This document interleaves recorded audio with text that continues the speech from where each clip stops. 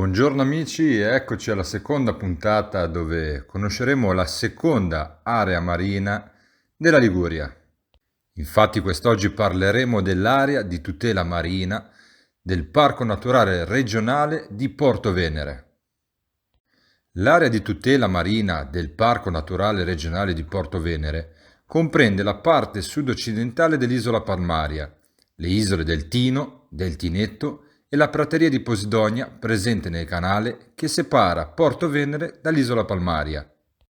Caratterizzata da svariati ambienti come secche, grotte e pareti rocciose a picco sul mare, offre agli appassionati del mondo sommerso l'incontro con affascinanti organismi dai colori accesi e dalle forme più disparate.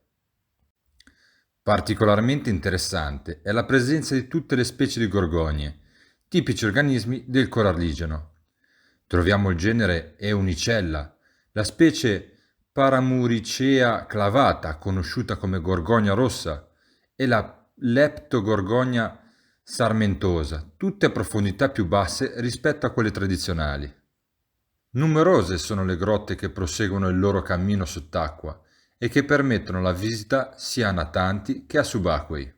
La grotta sommersa dell'isolotto di Tinetto, la cui peculiarità, oltre alla notevole bellezza naturalistica, è quella di comunicare con l'ambiente esterno attraverso una fessura per mezzo della quale la luce del sole penetra al suo interno creando spettacoli di giochi di luce. La grotta azzurra dell'isola Palmaria, così chiamata perché la luce crea riflessi azzurri. E per ultima la famosa grotta Byron, la grotta del Tino, situata dietro la punta San Pietro a Porto Venere, che pur non facendo parte dell'area di tutela marina, merita di essere segnalata per i suoi fondali ricchi di organismi e molto frequentata dai subacquei. L'area di tutela marina del Parco di Porto Venere, come detto, è caratterizzata dalla presenza di una prateria di Posidonia, che pur essendo di piccole dimensioni, rappresenta un ambiente estremamente importante sia per gli organismi presenti, che trovano condizioni ideali per la sopravvivenza, sia perché ottima difesa contro l'erosione delle coste, in quanto barriera naturale al moto ondose e alle correnti. Per tale motivo, l'ambiente prateria di Posidonia, proprio per le sue peculiarità, è stato inserito all'interno della direttiva comunitaria Habitat, relativa alla conservazione degli habitat naturali, della flora e della fauna selvatica sul territorio europeo. Tra le foglie di queste piante si ha un'esplosione di vita, si trovano salpe, boghe, ricci, alghe, labridi e mimetici pesci ago e cavallucci marini, oltre a minuscoli crostacei, molluschi e stelle marine. Per tutte queste ragioni, la prateria di Posidonia è stata inserita all'interno dell'area di tutela marina, in modo da poter iniziare a creare un sistema di gestione e monitoraggio, finalizzato alla tutela e alla salvaguardia di questo importante habitat. Quest'area rappresenta una piccola perla di notevole bellezza, circondata da un paesaggio suggestivo e caratterizzata da una miscela di fattori che la rendono indimenticabile a chiunque visiti i suoi bellissimi fondali. Il mondo sommerso delle aree di tutela marina del Parco di Porto Venere rappresenta una varietà di organismi tali che i subacquei che visitano i suoi fondali ne rimangono entusiasti e affascinati. Gorgogne, rocce tinteggiate di colori vivi, delle spugne colonizzatrici, pareti ricche di margherite di mare, pesci che danzano indisturbati, aragoste, murene, gronghi che sbucano dai loro nascondigli, ed il ricco ed imprevedibile mondo delle praterie di Posidonia oceanica creano un mondo sottomarino di incomparabile bellezza. L'arcipelago delle tre isole, Palmaria, Tino e Tinetto, presenta una struttura morfologica dove le falesi a strapiombo proseguono il loro cammino sotto il livello del mare, creando ambienti suggestivi particolarmente apprezzati da coloro che praticano attività subacquea, sia fatta in apnea che con l'ausilio di bombole.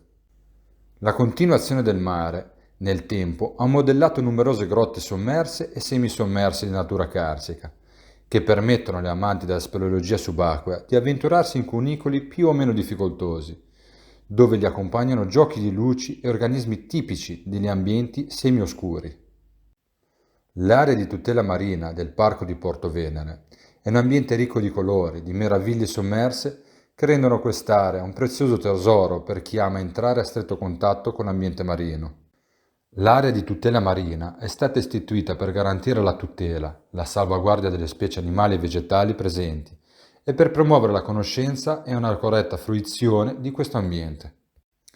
Ma adesso parliamo un po' delle disposizioni generali per la pesca sportiva in area marina estrapolate dal regolamento per l'organizzazione e la gestione dell'area di tutela marina del Parco di Porto Venere attraverso la delibera 36 del 2013.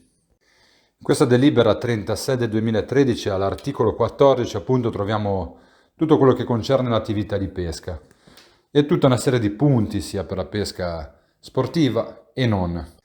Punto 1.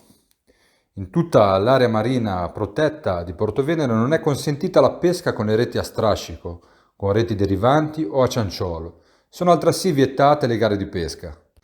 Punto 2. La pesca a traina è consentita a tutti in tutta l'area marina protetta di Porto Venere.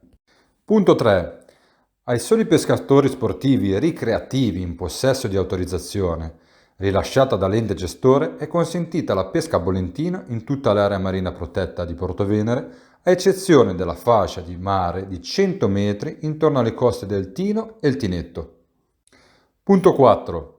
Ai soli pescatori professionali, di cui al punto 8, può inoltre essere concessa la cala di attrezzi da posta di superficie, anche nel tratto di mare a nord-est delle isole del Tino. Punto 5. La pesca sportiva da terra solo sull'isola Palmaria, rispettando i limiti di attrezzi e quantitativo del pescato. Punto 6. L'ente gestore può effettuare controlli delle attività di pesca nell'area marina protetta di Porto Venere per attività di monitoraggio e per scopi statistici. Adesso affrontiamo il punto 7, dove va a parlare nello specifico della pesca sportiva e della pesca ricreativa.